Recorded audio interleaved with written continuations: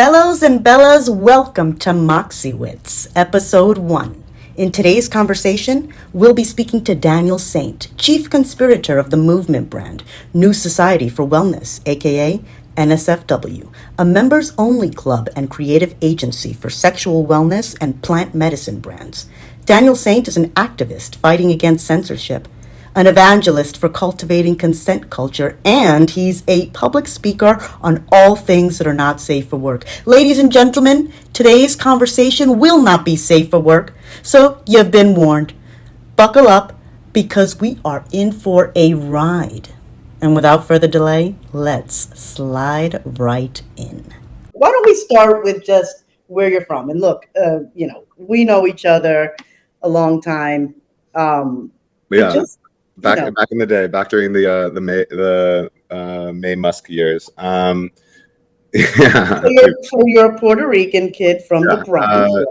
I gave you the rundown. Puerto Rican from the Bronx. I grew up Jehovah's Witness. I kind of was being trained most of my life to preach and teach. I read the Bible multiple times before I was 12, and realized at a certain point that I didn't believe in that and didn't believe in a lot of the things that were being taught there. Just felt very much about control, mostly control of women, and just felt like it was the wrong place for me to be.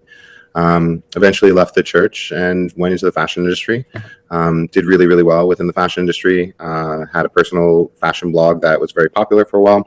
Sold that, then created a digital agency for influencers right when the influencer age was starting, and sold that, and then ran Nylon magazine for a few years through the merger of our companies. Then one day I realized that I was kind of at the height of fashion, or height as far as I wanted to go, being someone in control of a big publication and, having relationships and brand partnerships with Louis Vuitton and, LVMH and Condé Nast, Burberry, Apple, just pretty much all the big brands.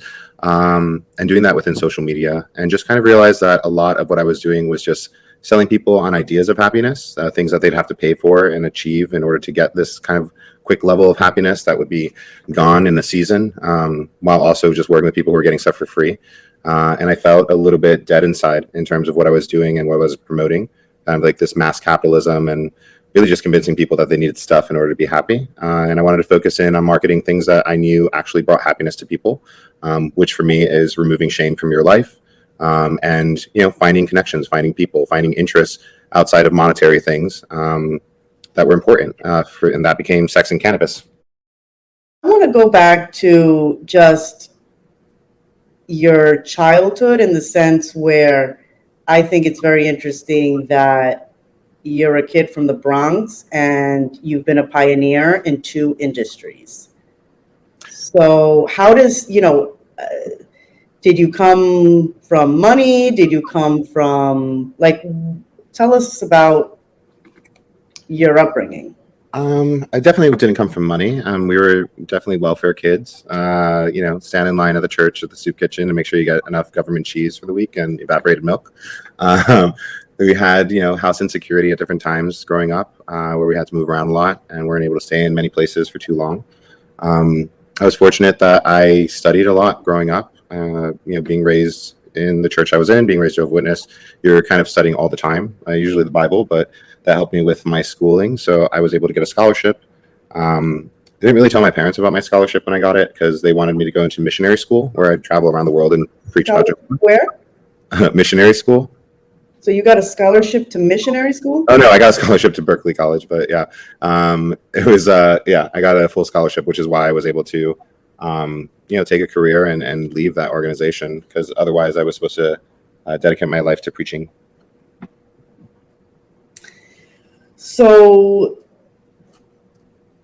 were your parents business entrepreneurs? Where did you get your knack of just paving your own way? Because I think that you're brushing over that, where my parents were definitely, working hard. I kind of grew up in a bit of an abusive family, so they were broken up many times.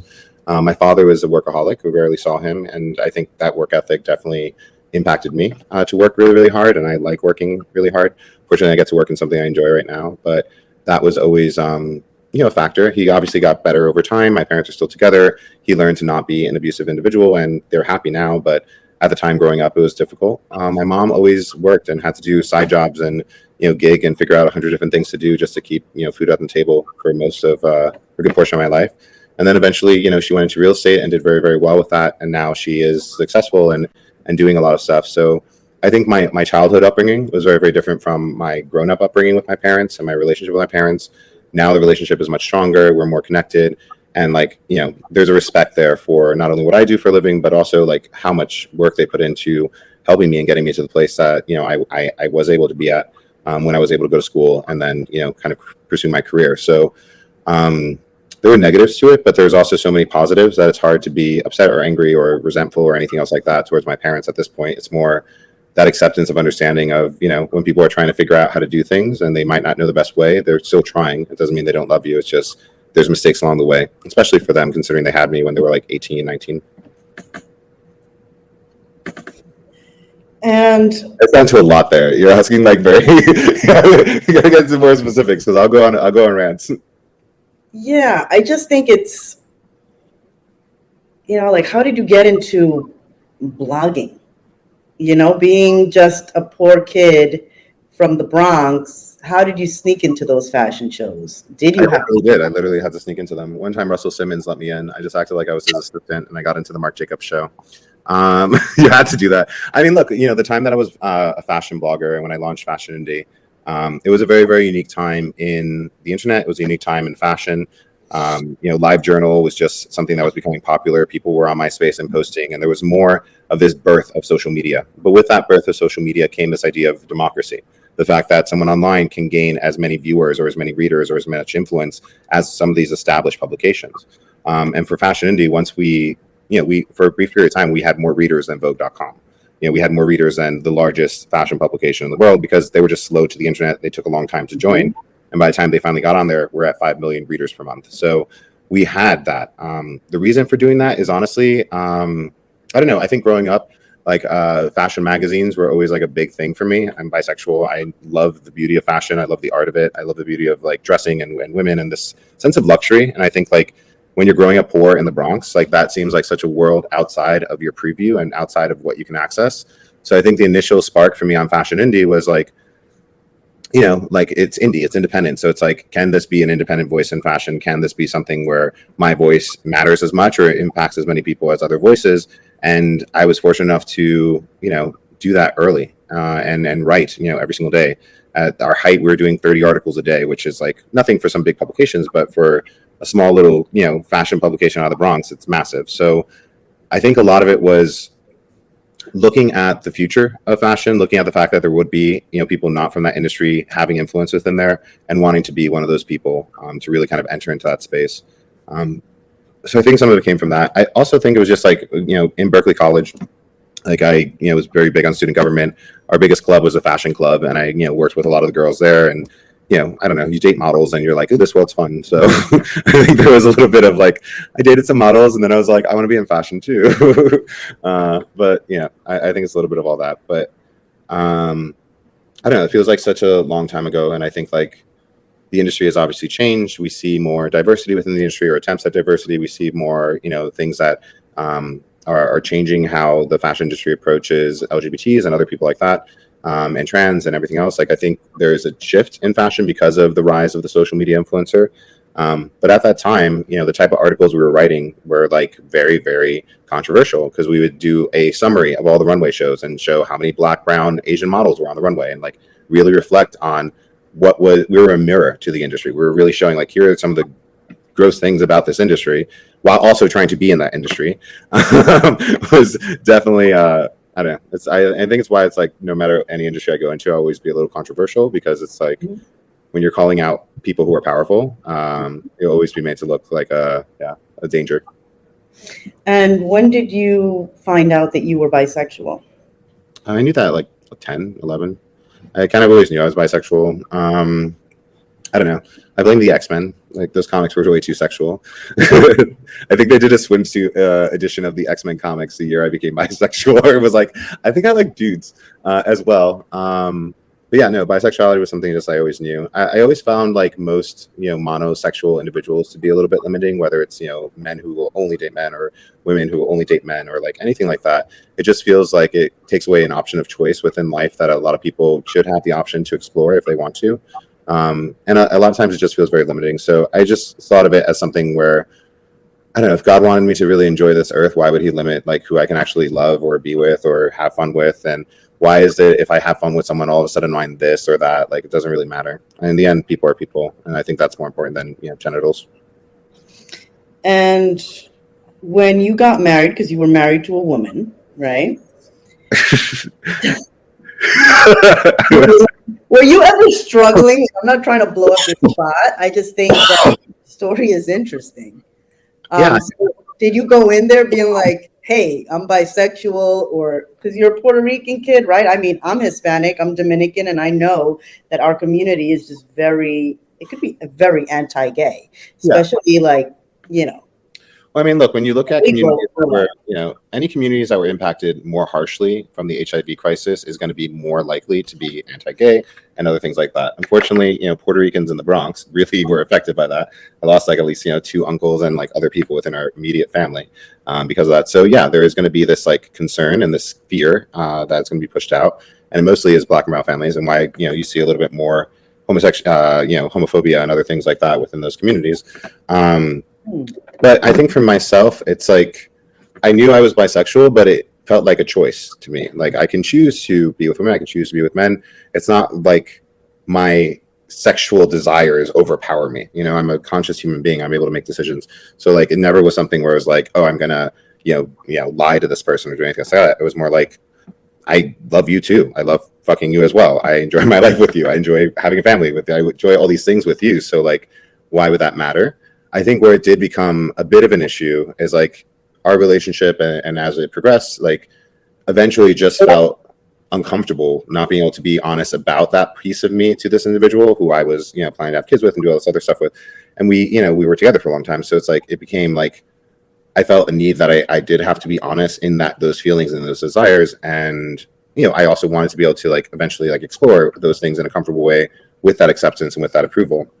So for me, it was more about a need for that. Also, the simple fact that people within business really, it's very rare to find men in leadership positions who are bisexual or openly bisexual.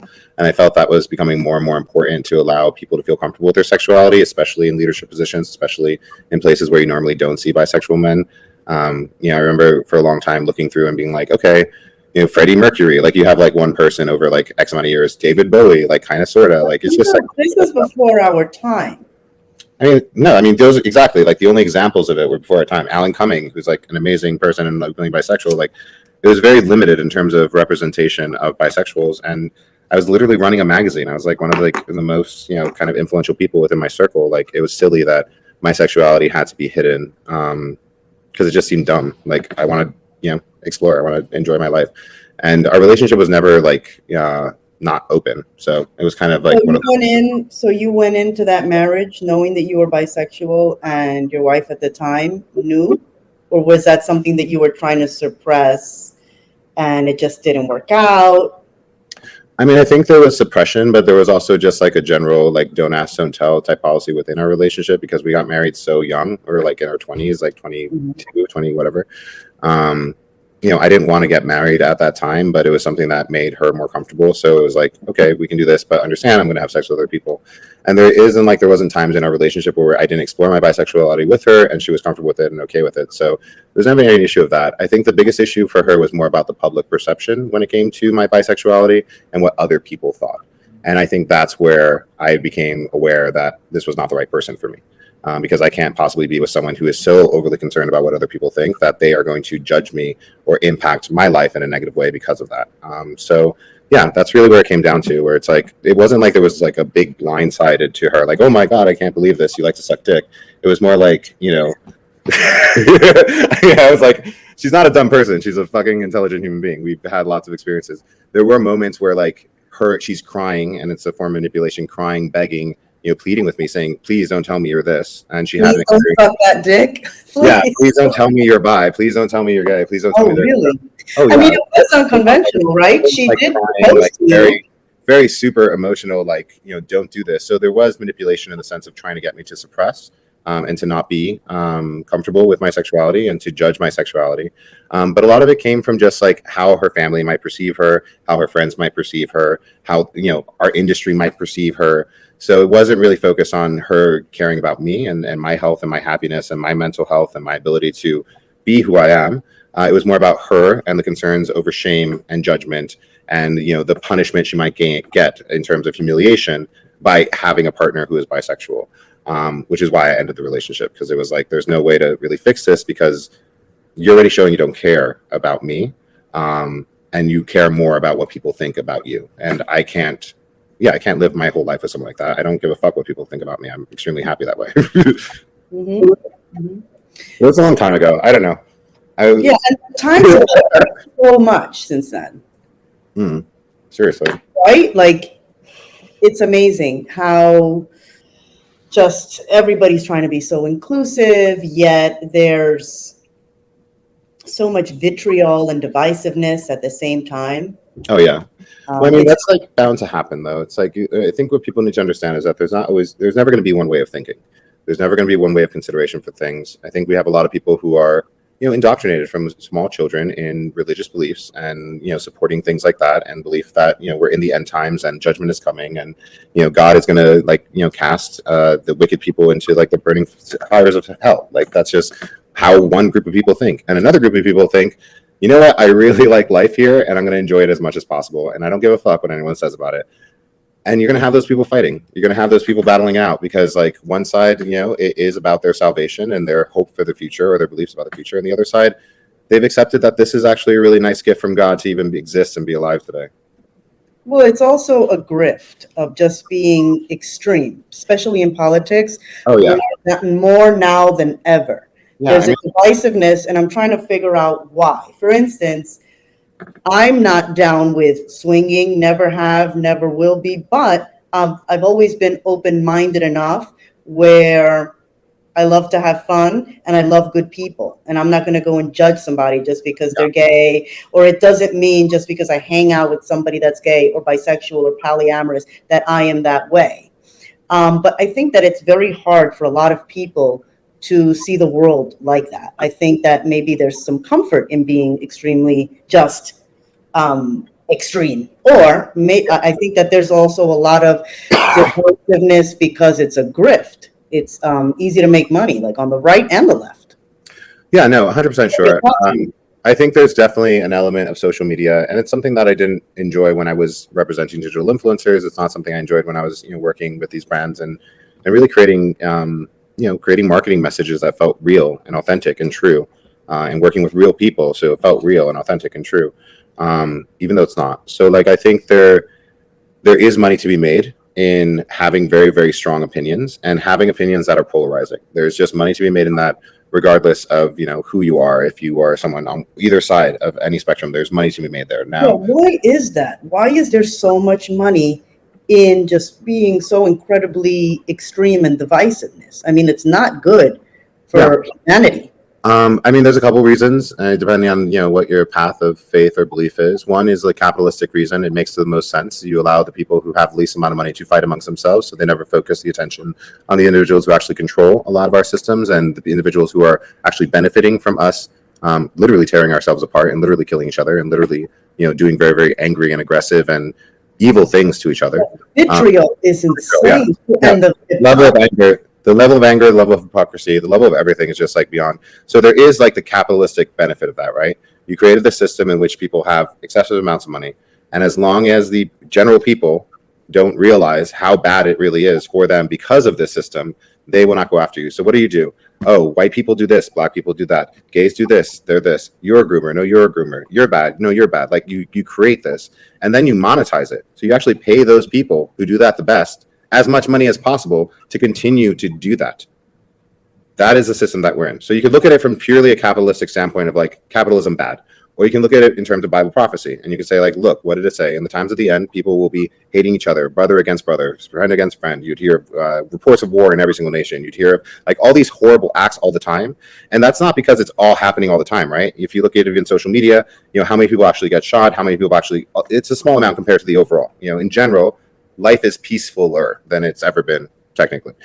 So you don't have that, but you have the reports of, right? And what happens when you have reports of? You have people angry, you have people upset, you have people fearing their neighbor, you have people feeling like every single individual out there is their enemy. And that is the sign of the end. So like we can look at it from a biblical standpoint and be like, technically this is what they'd be talking about. This is what it is. How would that happen? Through technology, through the spread of social media, through everyone having the fucking Apple in their hands. Like that's how you do it. So it makes sense on that side for me. And it kind of like, okay, yeah, that sounds like about right. But on the other side, it also makes sense from just a purely capitalistic standpoint. The reason why that's evil, the reason why that's a sign of the end is because we've given capitalistic companies so much power over us. Well, I don't know if you know somebody by the name of Just Pearly Things. Have you ever? Pearl. So Pearl. And you have people like, Fresh and Fit, right? The red pill grift. You have it on the other side too. So it's like on both sides. Yeah. More divisive than ever. It's all over. It's like the podcasting, that level of it. Yeah. It's bad on both sides, but yeah, they're especially bad. So what are your thoughts on Pearl? Look, I think that it is totally fine for someone to want to have a more traditional partner and to go down a path of finding someone who is more aligned with traditional roles, right? I think that's totally fine. You have the right for preference. Everyone has a right for preference. Now, when you make statements around that preference in order to villainify the other people who have a different type of preference and have a different type of view in terms of what they want, or try to make it seem like, no, this is it. This is all men. This is like majority of people. That's where you get into dangerous zones, because we have to accept that people will have a preference regardless. It is not our job to impose our preference on others. And it's not our job to make others feel bad about their preference. Some of the stuff she states, it's data that makes sense in terms of, divorce rates and other things like that. But she uses it in a way to like perpetuate this idea that women are all sluts and they need to like get their asses back in the kitchen. And I think that is the wrong way of. That's the problem. The problem is the hypocrisy. Yeah, and she's not even in a relationship. She's not even experiencing like what a real relationship is like. It's like, how are you giving all this advice with no experience, like no life experience? It's insane. She also spoke about slavery, which has nothing to do with her brand, saying slavery was embellished, trying to sit down a black friend of hers, trying to red pill her. You don't know this? Jesus. I mean, look, again, it's the same idea. It's like these people are able to monetize off of bad ideas, and there's little we can do about it. Because even in interacting with it, they make money. Even in saying it's bad, they make money. Even by mentioning their name, they make money. So like we're all contributing to the exact same thing, because we're not able to realize like, no, just some people are just freaking stupid. And like if you talk to the everyday person, if you interact with actual people, if you like connect with more than just, the digital people that you connect with, like you find that not everyone's like that, and people are all different, and we have to look at people that way instead. Look, I'm not into politics, and let's say somebody like Candace Owens. I believe her grift. I believe that she, is actually, selling me something, and that she can at least sell. The problem with Pearl is that she doesn't believe her own grift. Like, she's going around talking about removing the 19th Amendment, for crying out loud, saying that women shouldn't vote. But that doesn't apply to her. She's like, oh, I just want to take away women's rights. Oh, they just belong in the kitchen, but the bitch can't cook. You're just getting BBC left and right, honestly. It's like, dude, you. I don't know. Like, respect to her for knowing how to make money today. I don't think any of these people like have a real conviction to what they talk about. I think they are designed, they're making money from it. They're benefiting from it. So like, if you're benefiting from a system to that level, like you're not going to really care about what you say. All you really care about is like, can I get more people to share this? Can I get more people to comment on this? And I think that is, that's what is evil about social media, because it doesn't just go one way. Content and clout at all costs, and it's like, where do we draw the line? We don't. We make them presidents. You know how hard our ancestors had to work just to get women, the right to suffrage, the 19th Amendment, and here comes some dumb bitch that comes from money and just like what it's like, dude, what the fuck? We are in the twilight zone, bruh. And then the thing is, these people look at you and they think you're diabolical. And it's like, at least, you say what you are, you're unapologetic about it. And one thing I find interesting about you is that you're just all about consent, women's liberation, and just inclusive. Yeah. I mean, I try to be as much as possible. I think like it's very important to, act. It's more than words. Like you can't just like say like you care about something. You have to actually do actions that show that. And actions aren't, tweeting or like posting and stuff like that. That helps raise awareness. But like actually doing something that helps push that forward is what I think a lot of people are missing from, their online activism or even their online, podcasting, talking shit stuff, like things like that. So I don't know. I think it's like really, really important, especially in a community like this. Like, we didn't really get into NSFW and the New Society for Wellness and what we do. And I think a lot of people know me for that. So like we can talk about that as well. But yeah, with that, it's like you're creating a different language for people around consent. You're cultivating consent culture. You're creating spaces where people can have conversations around sex comfortably. You're creating spaces where no's are respected. You're creating spaces where rejection is handled in like nicer ways and cleaner ways, and like where you have a kind of a safety net, people paying attention to it, watching it, and like trying to help when people have conflicts, which is going to happen when you have 10,000 people interacting digitally and going for 100,000 people. So I don't know. I think it's like it's necessary. Like in today's day, it's necessary, especially around sex, especially around pleasure, especially around education of pleasure and education around consent. It's like let's get that out to as many people as possible. I mean, we focus on individuals who are the most influential because then those people can spread it to a lot more people more quickly. So mostly our membership is pretty influential individuals, whether it's money wise or influence wise or sports or literally any genre. So that was the focus. But now as like it grows bigger, it's like how do we take these people who understand and get what we're trying to teach people and make that available to as many people as possible and help change lives in the process, hopefully, and remove shame from people's lives so that they're a little bit happier. So how many members do you have now? We're just over 10,000 members right now. And how many locations? One, and there's 3 that are being built. Nice. Yeah, we're pushing out this program now where it's like member-based events. So members in different cities can host their own events, and then there's payment through our currency, Lover, as well as like support, like brands and sending them stuff and like all this other stuff. So that way, with multiple members hosting events, it'd be like 20 events per night, stuff like that, but in different cities. What would you tell the people that think that you are diabolical and what you do is just sickening and I don't even want to say those words because I don't want to get canceled, but No, I know. What I say to those people, come, you're welcome to join us. We'll set up a special night just for you. Please come and understand what we're trying to do and why it's not evil. So going back to just the divisiveness right now. Yeah. And just, what you did even in the fashion community and calling out those designers that didn't have, diversity on their runways, which, it's totally different thing now. Yeah. You did Victoria's Secret, for crying out loud.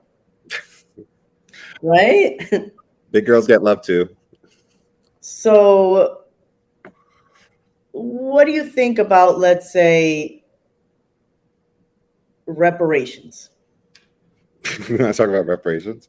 I mean, look, I think there's options for reparation plans. I think the way that they're approaching it is a little bit haphazard. I think it's really more about the poor communities within the United States and the communities that need support and help, and the people who are teetering on that step of like not really even be able to survive if they get a medical bill.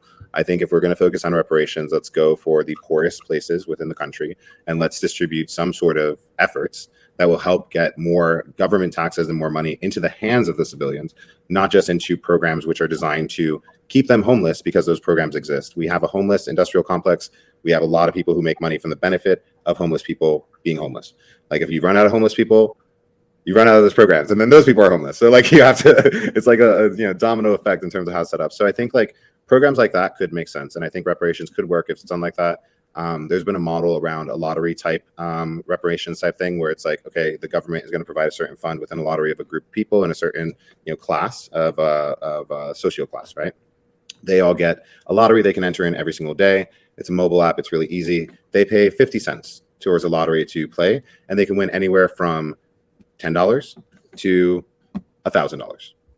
Now, in the eyes of an individual who is poor and who's not making much money, that's really, really big. Now, imagine you do a lottery like that, but of the people who play, 10% win.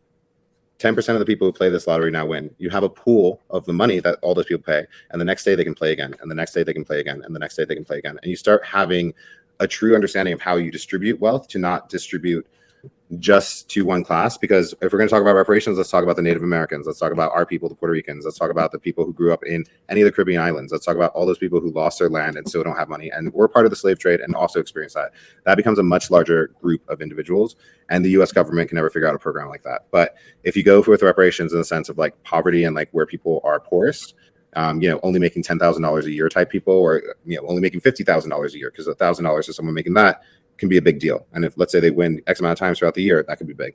So I think introducing programs like that are smarter would be the way to go. If you're going straight up to like every single Black person or every single one person group of this group gets a certain amount of money, you're never going to pass it in Congress. No one's ever going to approve that. Like our government is too divided, and like no one's going to move forward on any program like that. But if you play it into a lottery where technically even the U.S. government could make money from that, because so many people playing every single day, certain amount of people winning, and you're not trying to cheat the system, it's still a game, might be more considered. So I think they have to get creative with it.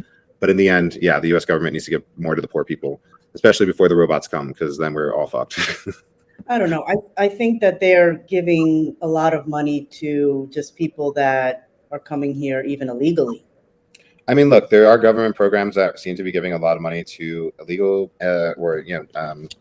immigrants and stuff like that. And I think that's going to be concerning for a lot of citizens. And it's going to be extremely concerning when you hear about the numbers of people who are coming through. And it's going to be even more concerning when these individuals are moving into your communities and they're given priority over homeless individuals or other unhoused individuals who actually have been waiting for help for years.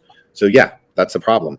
I'm seeing like individuals who would normally advocate for like BLM and other causes that seem more left now moving more right in terms of their immigration views, because they're seeing what's happening when busloads of individuals are coming into their communities, and now homeless people definitely don't have a place to stay, and now you have unhoused individuals in like communities, and people are freaking the fuck out. And that's the problem with like New York liberals. They don't understand like how these issues that are happening down in the border are impacting those towns in the border, and they don't really care very much, other than to seem virtuous and like it's an open door policy. And I think like that's a little concerning. I also have to really, really put shame on everyone in terms of like the amount of Ukrainian or other people who are coming in who are getting first priority amongst those other immigrants. So I think it's like the United States just has a priority problem in terms of like where should we put our priorities. I think a lot of Americans would agree they'd prefer the priorities put on Americans first, and a lot of Americans are also empathetic to understand like there's a policy we need in place. This isn't it. Let's figure out something more hospitable to everyone in a certain sense. It's also very state by state. And that's an issue. But I mean, let's say going back to you, if we were to get reparations, right? Because I'm Dominican American, you're Puerto Rican. Yeah, give me my check. I'll play the lottery too. I'll go play the lottery. Oh, the lotto ain't gonna happen. Like, how about the people? Hold on a second. How about the people that actually built this country?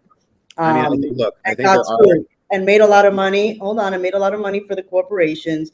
What about those people? Like, why can't they get reparations? What happened to that 40 acres and a mule that they were promised, And they're throwing around numbers. They're throwing around numbers. That shit is never going to work. We have way too much debt. How about maybe give them a tax break? Figure out those families, who they were, because we can figure out everything else. Maybe some sort of tax break, and also maybe some sort of like government-funded business that allows them to be, entrepreneurial, and also, have the government get something as well. I mean, I think, look, I think there are, And also, maybe some sort of tax break, and also maybe some sort of like government-funded business that allows them to be, entrepreneurial, and also have the government get something as well. 'Cause, I mean, I think have the government get something as well. Well, I mean, look, I think there's a lot of jobs that are available to people who come into this country. I think there's a lot of things that people from other countries contributing to the United States end up being lower cost labor. They end up being able to do jobs or more labor intensive jobs that most of the white people in those areas don't want to do. So I think there is a benefit, and I think there's always that factor when talking about immigration, and I think that's something that the United States recognizes, and I think our administration recognizes it very strongly. And that's something that they're trying to encourage and do. We saw it in Florida when they said no immigrants, and then nothing was getting built, no construction. Like a lot of things were just like stopped. Not realizing like, oh wait, oh right, who are they hiring for these really dangerous jobs that like are not fun to do? Like every time. So yeah, I think there's I think in terms of reparations though. I think we're conflating the reparations part. I would say like, I would say I have a personal feeling in terms of like Puerto Rico as like a place that still is a commonwealth and is still not given the same legal rights as other states in the United States, even though it does a lot of money for the United States, and it is like the world's largest manufacturer of drugs, like literally producing all the medications that everyone takes all around the world. Up to like 74% of them are made in Puerto Rico. So you have this island of people who were just never freed. Like for the Puerto Ricans in particular, we got into the Puerto Rican paper genocide, where all the indigenous Tainos, all the indigenous Arawak people who were there were reclassified as Black, so that they would remain in the slave trade as long as Black people remained in the slave trade. But it wasn't until the civil rights movement where they had a certain level of freedom as Puerto Ricans, and they still haven't received the same amount of freedoms as like a lot of people because of that Commonwealth status. So I think there is like options of turning back time for certain places. I think in the bigger scheme of like the United States, like massive reparations is going to be very difficult. But I think Guam, I think Puerto Rico, I think there needs to be a give back that is not Haiti. It's not a give back with debt, right? It's a give back with like revenue. Like, come on, just like tax breaks and also represent. I mean, yeah, if you want to go for statehood, but I think it's a place that can survive without statehood, and I think a lot of the Caribbean islands have shown that. And I think there's strength in like the support of like outside places, but I don't know. I think for the Caribbean in particular, specifically for Puerto Rico, just considering how much the United States has done to the people there, specifically even like through the 70s of sterilizing the women of Puerto Rico, like just shit that just happened recently. It's wild that we're still in a place on that island in particular where it's still not free. Yeah. So, we both live in New York City, right? I mean, I'm here for 2 weeks, right? I go back and forth, but mainly I'm in New York, and I have a big problem with just the way New York handles giving, to the homeless. Yeah. Like, what is going on with all that funding? Because they don't do shit. They just put them up in, hotels or give them apartments or shelters, and they don't help those people at all. Yeah, I mean, I think there's a lot more that New York can be doing. But we have to consider like the way New York's been in terms of the homeless and periods of time where there are more, or it is scarier, or it is like more violent, or just feels more violent, And I think like New York has done a good job of being far away from those pre-Giuliani days where we're looking at a city burning and like people like really, really dealing with a lot of that. I think there's been a cleanup of New York in a lot of ways. I think de Blasio kind of like blew it with a lot of that stuff, and I think a lot of like his approaches to that were not good. We're not as open use as like some other cities. It's not as bad as some other places. There are concentrated areas where homeless people are, and I don't know. It feels like similar to how it's always been sometimes, but also sometimes feels like a lot scarier and a lot more concerning, and a lot more like how do you help these? How do you help them? Like we have a homeless problem in New York. There's a homeless problem in California. Yeah. Nobody's as bad as Chicago, though. No, I think all the major cities are having this issue, and I think it's a symptom of major cities. There's so many concentrated amounts of people. You're going to have individuals who are not well or are not able to take care of themselves. So you don't think it has anything to do with the left or the right? I mean, I think like it's a mayor issue, and I think like our mayors tend to be left, but also very right. Like. This mayor is not not that leftist of a mayor, like he's still he's still a cop. Like, he's still very much. He has a lot of favors too. Yeah. Right? There's a lot of stuff to like do. Yeah, exactly. Like no, he's not as left as the left can come. So I think there's going to be more policing. I think that's the only way they're going to do it. It gives them justification for a higher police budget overall. And I think, there's a 5 to 10 year mark before most of the policing is done AI and robotically anyway. So like, it's not going to really, matter. Those people who are getting hired now, I don't think are going to be as useful in the near future, but we'll see. So going back to AI, I like that you brought that up. There's men going around saying that women are going to be replaced by these AI robots. I'm like, look, you think I'm going to be replaced by some sort of fleshlight? Please pass me whatever you're smoking because it ain't happening. I mean, a lot of men have been replaced with some vibrating things out here. What are your thoughts in just the future of AI, how it's going to affect dating, sex, the workforce? Tell us. You just want to be depressed. Okay. So No, I want the. here's the point. No, I mean, in all honesty, here's where we're going, and we're already seeing the reports of it. We're already seeing in other countries. So when we make predictive trends about the U.S. market, we obviously do look at other countries and pay attention to them. Japan, about 10 years ago, started experiencing this elevated level of loneliness. It's already a country that has an excessive amount of suicide, but their suicide rate thrown up, and people just stop having sex. And the amount of 40-year-old virgins they had increased to such a heavy amount. People started marrying, AI bots and other stuff like that. Japan was one of the first countries where they experienced that. The reason? I mean, sex dolls or no, AI bots? everything. It's all there. It's but no sex, no dating. So like you have a group of people. So what changed there? Why did that happen?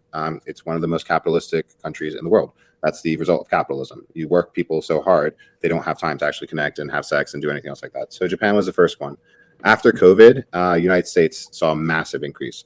So you have more people lonely, more people being told their mental health is in danger, more people being told that every single form of like communication to them that hurts their mental health is something that's going to destroy them, which causes them to not connect with people in real life and forces them to be more and more digital. That's why you have the increase in porn. That's why you have the increase in VR porn. That's why you have an increase in sex doll sales. That's why you have an increase in, deep fakes and other stuff like that. That brings isolation, right? And isolation means that you're just alone and sad and mostly depressed, or you're on medications to not be depressed, which is what they've been mostly doing, just highly medicating people so they're not depressed anymore. But mainly because they've taken out human connection and actually feeling the real person. So unfortunately, these markets are going to increase greatly over the next couple of years. It's going to be very, very normal or normalized to a certain degree, unless there's legislation to like completely shut it down. But that's freedom of speech, and people have the right to, fuck plastic if they want to fuck plastic all their life. Is that freedom of speech to fuck plastic? It's my freedom of speech to put my dick in anything plastic.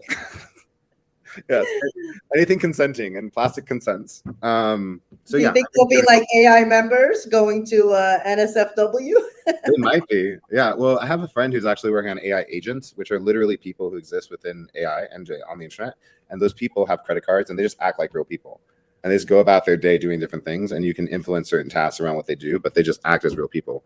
And so now, some couple of things that are to pay attention to. One is that they've assisted businesses can now register as voters in certain counties, and they're starting to initiate this. So businesses, it just happened in Delaware, which Delaware has like 90% of our businesses come from Delaware. It's like the one place everyone. So fucking shady, though, Delaware. Delaware's shady. Yo, Delaware's shady. And where's Biden from? Delaware, shady. Yeah. So basically, with that, the concept or what might be happening very soon, if a business, one, it is considered a person, right? And in the law, a business is considered a person. And two, a business is allowed to vote by law.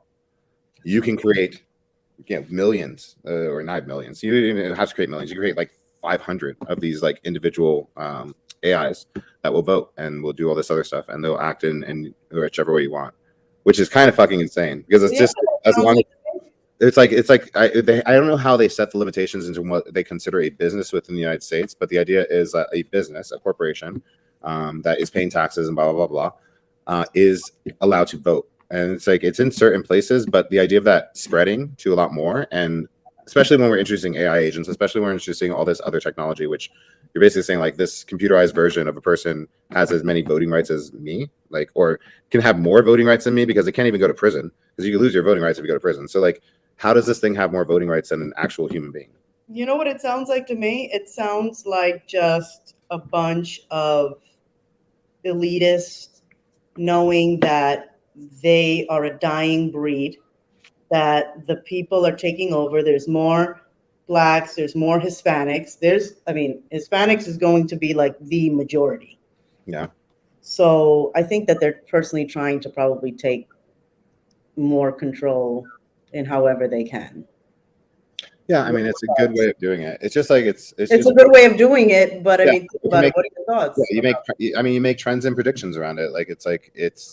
There's certain things that trend a certain way, and it's like I don't know. It's people playing chess. It's not the same. It's not the same as like day to day. Again, we're like so distracted fighting each other. It's like no one's really paying attention to like certain aspects of like society and what can happen if you allow people to say this person has a vote. It's kind of like the divide and conquer thing. Yeah. No? I mean, yeah. I mean, it's like if you can create entities that behave, act, communicate, talk like humans, even if they just exist on digital space, they don't have to exist physically, and they are considered businesses because there's like a business aspect to it. Like, I don't know how far they can take. I think that's not going to fly, but yeah, I don't think it would fly, but like, it's still concerning. Oh yeah, it's very concerning just how they're trying to take away some people's rights. Gotcha, yeah. We'll see how it goes. What do you think of just the push with the transgender community? What do you think of, how about, let me just be more, what do you think of what's going on with Target, with the cancellation of Budweiser, and them pushing Dylan Mulvaney, Nike, putting Dylan Mulvaney in an ad, and Dylan Mulvaney isn't an athlete. Just them kind of checking that box to appease the transgender community. What are your thoughts on that, Dan? Daniel Saynt. I call you Dan, but Daniel Saynt. What are your thoughts? I mean, that's a very leading question. Leading question? No, that's good.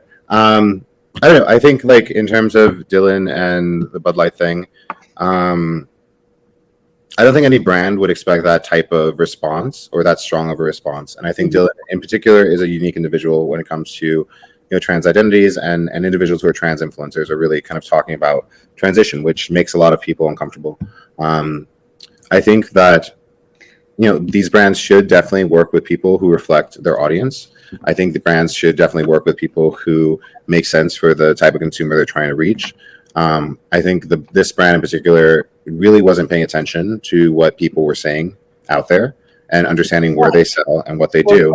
And I think like they made some mistakes, right? Not in working with Dylan, Bud Light. They like made some mistakes, not in working with Dylan because I think they had the right intentions in mind. I think in paying attention to the public and then what people are saying and paying attention to just not one vertical of something, listening and understanding, because if you're marketing to individuals in the same way that Gillette did a couple years back when they released that commercial basically telling men to not be toxic masculines or whatever, their sales dropped. Like they actually suffered massive amount of sales drops. They had the same issue. Why? Because you're patronizing your consumer. And in marketing, you don't want to do that. You don't want to make your consumer feel stupid.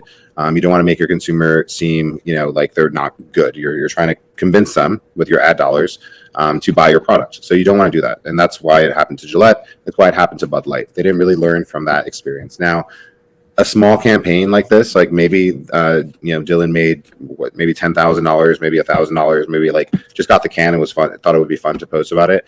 And we don't really know how much money they made, but it wasn't a lot. I think where Bud Light made mistakes in this campaign is that, one, they completely dropped this individual after, did not contact them, did not say anything. So they didn't coordinate with anyone within the trans community to even discuss it or talk about it. It was just like vilification on that side. Fired those two people immediately. So they showed. They fired somebody? Yeah, they fired both the people responsible. And they basically retracted and said, like, we're sorry, we respect our consumer base, blah, blah, blah. So they retracted, right? When you do that to a terrorist group, like the people who are so angry about trans stuff, when you do that to a terrorist group, what do? They take more.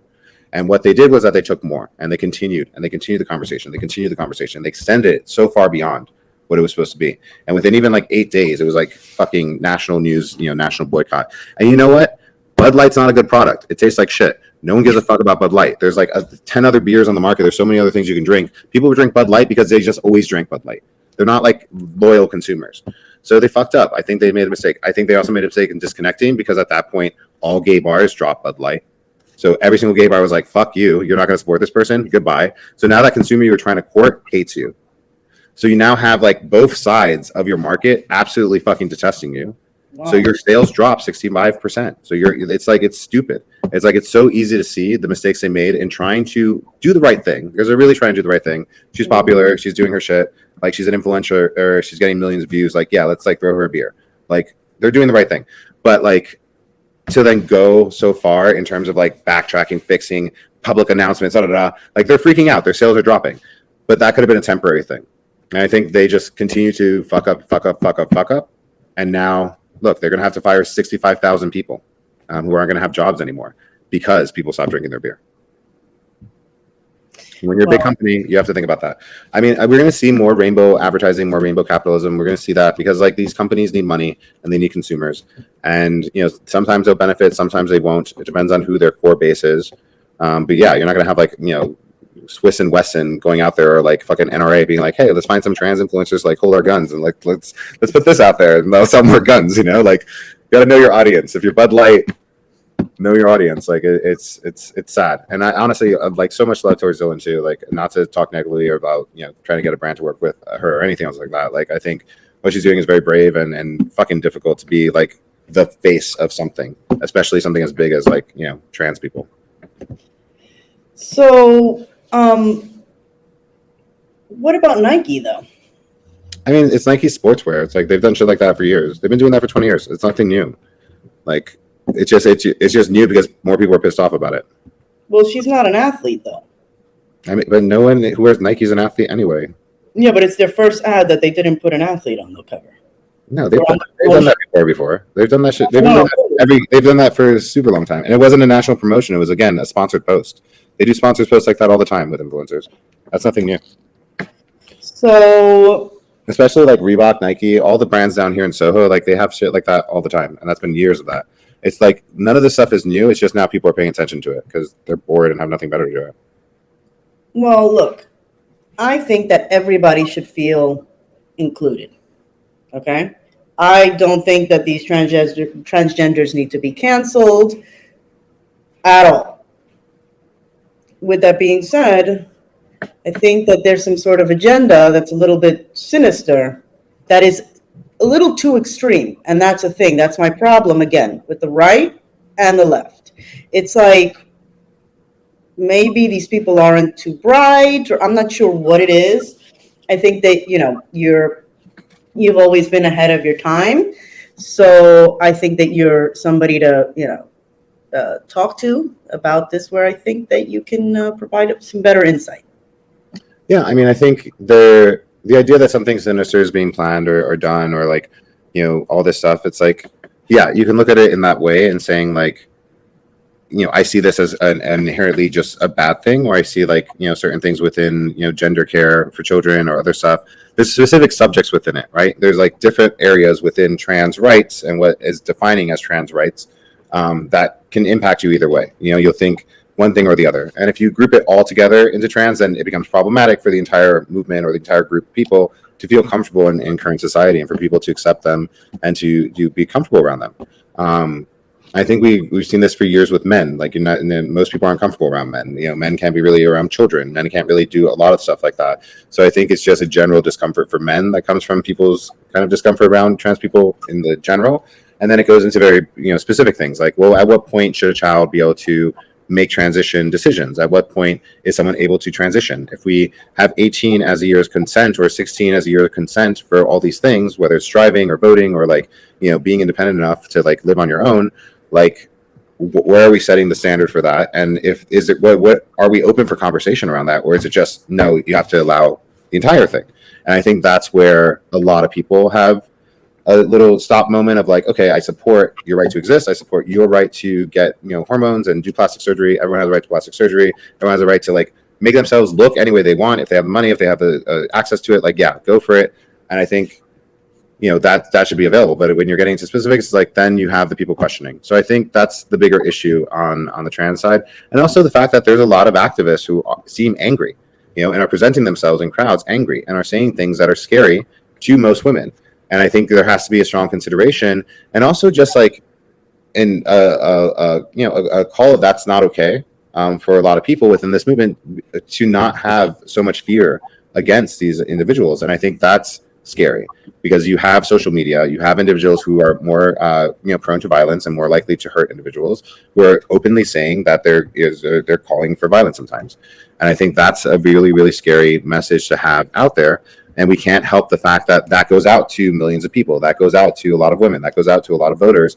And now the perception they have of a trans individual is like, this is a scary person who might hurt me, hurt my kids, and do some evil things. So I think the movement in general needs a little bit more control around the messaging and the stuff that gets out there, especially when it comes to things that are going to impact voting behavior, impact the rights of the rest of the LGBT community. Like, we have to really, really consider that. I'm not saying that we can't get these things solved without violence. And I think there's violence that is to be had in a lot of the way America handles shit in general. Like, it's just how it is to be a fucking American. There's, 350 million of us, and there's like about 10,000 crazy ones we can't find. So we have to accept that as a reality of, a very gun happy country. But I don't think we can demonize the entire group just based off of these individuals who are just awful. Same with the Republican Party and other stuff. You can't really demonize the entire party just based off of the opinions of some of the most awful people within it. You have to accept that the way people vote and the way they make their decisions is based off of where they live and their community, and those things impact a lot of shit. I just think that it's very interesting how since when do we not give a crap about science, right?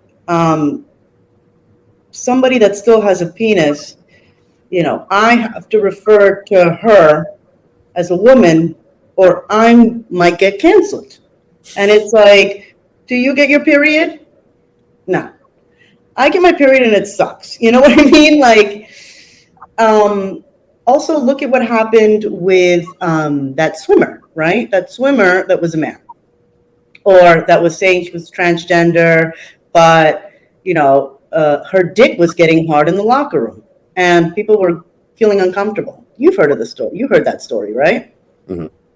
And she was the top swimmer, the top college swimmer. Do you want me to look up her name? No, I know exactly what you're talking about. Yeah.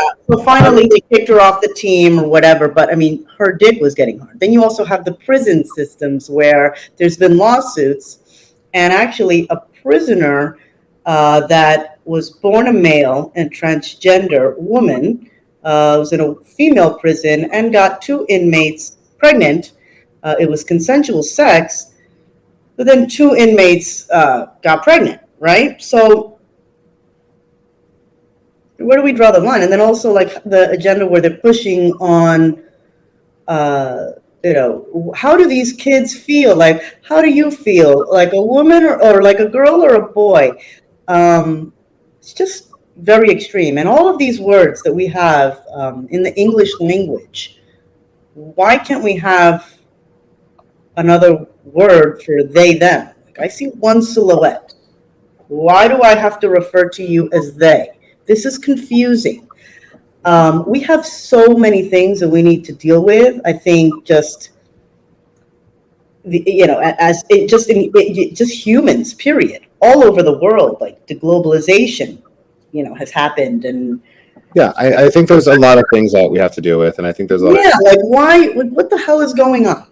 What are your feelings about it? I mean, look, I think there's a lot of different reasons for why people push for certain things or consider certain things rights. I think in terms of the prison system, we have to make a decision as to whether or not, we as a society should be protecting women. I think that's where there's a decision that has to be made. And if people are saying they feel unsafe and people are saying, that these things are happening and we're seeing actual things happening. When you say women, do you mean transgender women or do you mean women? I mean biological women. So biological women's prison, like a female women's prison. I think you have to take into consideration what is going to happen.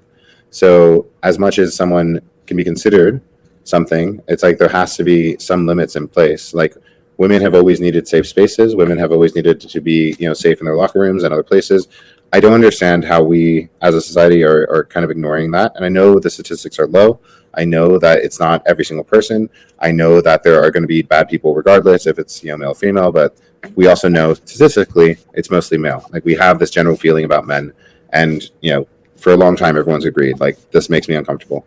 It's not about, I mean, it's about genitalia, yeah, but it's also about size and other things like that. So, yeah, there's like an understanding that people are scared, people are fearful of that. I mean, for me personally, like, I don't understand why we aren't just pushing to just have anyone who identifies in that way into the men's room, or case by case basis or whatever. Like, if that's making people that uncomfortable, like, that's an easier fix than what's happening now, where people are just upset about who's in the bathroom. Well, that's just ridiculous. Like, just who's in the bathroom, right? As opposed No, to. I think the bathroom stuff is kind of silly, but I think, like, when you get into locker rooms, like places where people are naked, Exactly. you know what, like, that is something different. And like places where young children can be naked, that's something a little bit different. Like, that's just a general rule of, like, men cannot be trusted.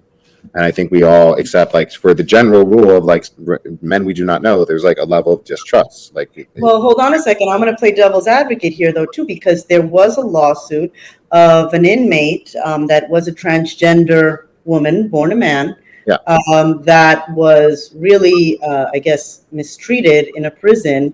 Imagine being a, transgender woman in a male prison. Like, that has to be a living hell, right? Already prison is probably pretty bad. So there's that too. And I'm a big believer. And like well, I said, I think just this is being, like, but it's like, where do we draw the line? yeah, Right? but I also think, like, there's like a lesson in philosophy around this, where it's like a train is going, and you can pull this lever and you move it to the other side, and either it's going to kill one person or multiple people, and like you have to make a decision ethically in terms of like which way the train is going, whether it's killing one child or like multiple people who are adults, or one child. Like, you reverse it and you try to think of which way it goes. Philosophically, there's no real answer to it. There's no real proper way to fix it. Outside of, like, you're creating a special place specifically for trans inmates, which is a possibility, and the government has more than enough money to force this. And the prison companies will make their own money from it as well. So I think, like, if we're saying gender is not biological, or not two, if we're saying it's not a duality, then, like, okay, then create a third, like, and then that fits a lot. Since when did feelings go over facts, though, too? I mean, Especially I think a lot of people are feelings over facts, because I think a lot of people understand what else can get taken away if we start rolling back certain protections and certain things that people have. And we're already seeing it. We're seeing in states where they're completely taking away the option for adults to even become trans, and to even have access to the medication and have access to the things that make them feel like who they actually are. So I think that's what it is. It's like there's different lines in the sand all over the trans movement. And there's people in the LGBT community, there's people who are trans, and there's people who are not, who, like, are arguing about all these different points and where it falls. And I think right now, through this period in history, we're going to see where certain things fall and where certain other things happen. And we're going to see, in particularly red states, because the best way for them to maintain power is to get as many of those voters out of their counties and states as possible. So we're going to see more hostility, mainly for political gains, mainly for old white men to have more money. Like, all these fights, all these things are really, really, distractions from what the actual goal is of this. And, keeping a very large portion of the United States red means capitalism continues and these pushes continue. Not that voting blue means capitalism ends, but, there's nothing wrong with capitalism. there's nothing wrong with it, but it's like you have to have, like, programs in place for the people who need some help. And it's like, it's not as, I don't know, it's not as easy for a lot of people. People are pretty damaged in this country. Yeah, I'm all for helping people. I just think that somebody's dropping the ball on both sides. Oh yeah, no, I think, like, yeah, there's definitely, and it's a scary time. Yeah, it's scary, and I think, like, there's a dropping of the ball, and I see, like, there's definitely a migration going towards the right in some ways, but I think overall it's like you have a lot of moderates, you have a lot of people who are, like, not all one way with one group for every. That's me. Yeah, right. There's so many people that are fed up with just both sides that they have. But I think it's so important to. You're throwing away your vote when you're a moderate. Yeah, he's like, well, you're not voting at all, really. But I think, like, for a lot of these issues, it's like approaching it from a place of empathy and trying to understand, and also, like, the idea of not grouping an entire group together into, like, the worst versions of them. It's like it's everywhere, though. Like, that's how you villainize a group of people. Like, you find the worst ones of them, and then that's, like, the national news story, and that's the thing that people are focused on. And now, when I think of like a lonely white boy, I think of, like, a shooter. Like, when I think of like, it's how we're programmed to, like, be afraid, in a sense. So it's all part of it. Yeah. People need to stop thinking of the world as black and white. There are gray areas, and we need to understand that not everybody's the same. What are you promoting? What do you want to tell the people? Tell the people. Nothing. There's like way too much to promote. I don't know. Join the club. Check it out. We have a whole digital thing. There's a whole bunch of online events coming soon. What if people are not into that and they think it's completely disgusting? What do you have to say to them? What if they're like, yo, this guy is a demon? What can you tell them to make them feel comfortable about you, and whatever else is going on? I don't know. I don't think about those people often. But you know what? They're there, and they're going to be watching this. I promise you. Oh, yeah? They're there. Oh, yeah. So what can you tell them? I would tell them to chill the fuck out. Honestly, I don't know.